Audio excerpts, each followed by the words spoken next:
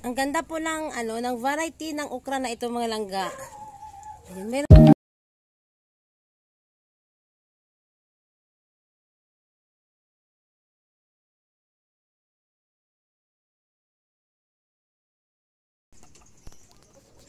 Hi, good morning. Wow, ayan. Andito tayo mga langga ulit sa ating garden, dito sa rooftop. So, meron po tayong i-update today. Yung ating, ayan, ang ating mga okra. Ayan, lapitan natin yung ating mga okra langga. Ayan ang ating okra, oh. Ayan, tinanggalan ko ng net dito sa taas kasi parang ayaw ng okra na hindi sila masyadong naaarawan. So, ayan, nung tinanggal ko yung net dito, ayan, nagkaroon na po ng bulaklak yung ating okra at nagkaroon na po siya ng bunga. Ayan, no? Wow! Ang ganda po lang ng variety ng okra na ito mga langga. Ayan, meron siyang parang guhit. Ayan, guhit-guhit sa mga gilid.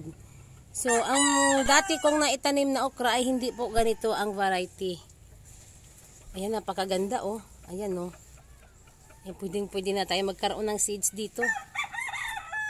Ang ganda ng okra natin. Ang taba, no? Mataba siya. Ayan, kasing lusog ng mga tanim dun sa dulo, oh. Yung naandito langga, ilang paso ba tong ating okra dito? Ayan, yung ito, ayan, no, magbubunga na rin ito, oh. Ito, nakapasok dito. Ayan, ayan, oh, magkatabi. So, naandito, yung naandito, ayan, medyo maliit pa lang sila.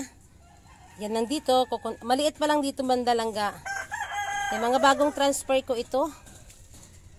Ayan siya, mga bagong transfer yan dito. Ayan, nakapasok lang din yan. Ang ating mga okra dyan. Ayan. Medyo maliit pa sila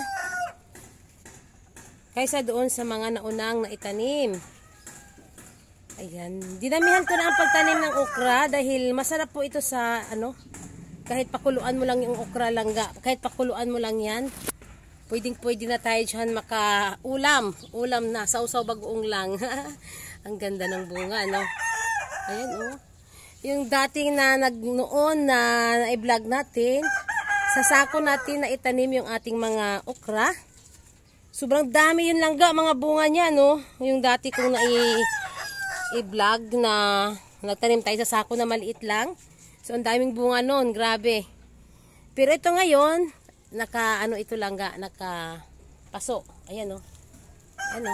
Sa mga yan, sa mga lagayan ng tubig na mineral. Itong taniman natin ng ating okra. Ayan, no. Yung dito, mga balde yung iba. Ayan. Ayan. Tuwang-tuwa ako dyan dahil, ayan, kahit papaano nagkaroon siya ng bunga. Dahil nung nakaraan, medyo payat siya. Dahil mayroon pong net ang taas nito. Ayan, tinanggalan ko, nakita nyo. Parang tinanggal ko ng kaunti para maarawan dito, oh. Kasi yung doon banda kasi may mga malunggay doon. So, hindi masyado paghapon, hindi na naiinitan yung ating okra dito. Pero maganda na ngayon dahil, ayan, tinanggalan natin ng ating net. Diyan, oh, sa taas na yan. Ayan, napakaganda ng okra. Sa sunod na araw niyan, mag-harvest tayo ulit dito. Mag-harvest kasi tayo ngayon. Harvestin natin yung yung naandito, oh.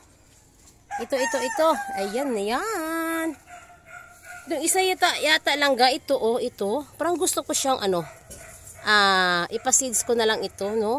Mahal kasi ng seeds langga, eh. Ito na lang ang harvestin ko. Yung isa, mag-iiwan tayo. Tsaka ito, mga ilang bang ating harvestin. Okay langga, ito na yung ating na-harvest. Yung 3 bunga ang ating harvest ngayon. Ayan, oh, ganda, no? Fresh na fresh. So, yan, meron pa po talaga dito sana, oh, kaso medyo maliit lang. Alanganin pa. So, nandun, yan. Yan po ay bibinhi ko dahil ang mahal po ng binhi ng ating okra. Ito lang po kasi yung yung mga seeds na ito, yung itanim ko dito, ito lang po, wala na pong kasunod. Kaya sa sunod kasi gusto ko magtatanim, pag matanda na ito, magtatanim tayo ulit para anlipitas tayo sa ating mga okra. Taba, ang ganda oh. Kahit nasa third floor tayo, no? Meron tayong mga okra dito sa gilid ng ating kubo. Ayan, yung ating kubo nandyan. Okay, ayan mga langga, sa sunod na araw balik tayo dito ha. At tayo ay magha-harvest na ulit ng ating mga okra. Mainit na. Ayan oh, sobrang init na dyan. Ayan, mataba yung ating talong dito. Sarap sana yung talong, ano, partner silang dalawa. Ayan oh. May bunga na dyan, kaso maliit pa. Unang bunga ng ating talong. Tangkad yung talong natin siyan. Ayan, may mga talong din dito. Ayan oh. Talong yan, langga mga talong yan. Ayan, maliliit pa. Ayan, pahabol ko tong tanim dito. Okay. Okay, ayan mga langga. At tayo ay bababa na. Balik tayo dito sa sunod na araw. Kung tayo ay pag-harvest pa ng ating mga okra. Okay, ayan. Bago tayo bumaba, ayan, kukuha tayo malunggay langga. Para ilagay natin doon sa ating ulam today na haluan natin ng okra. Ayan, malunggay natin, oh. Ayan ang malunggay natin. Madali na naman kunin niya kasi abot kamay lang naman yan dito. Ayan, kukuha muna tayo. Okay, ayan. Nakuha na natin yung ating malunggay dyan. Inabot ko lang doon. Ayan, para ilagay natin sa ating ulam ngayon. Yung ating malunggay, may okra. Ayan, tara na at magluluto na tayo sa baba.